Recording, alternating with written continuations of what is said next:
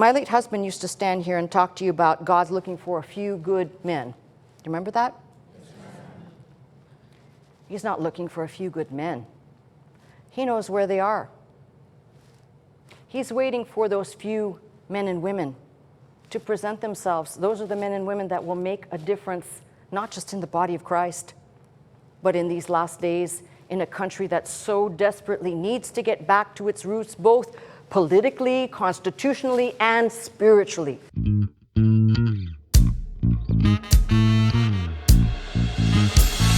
To this house, magnify the Lord, lift up holy hands, our hearts in one accord, worship and bow down before Him, exalt His name today. Come into this house.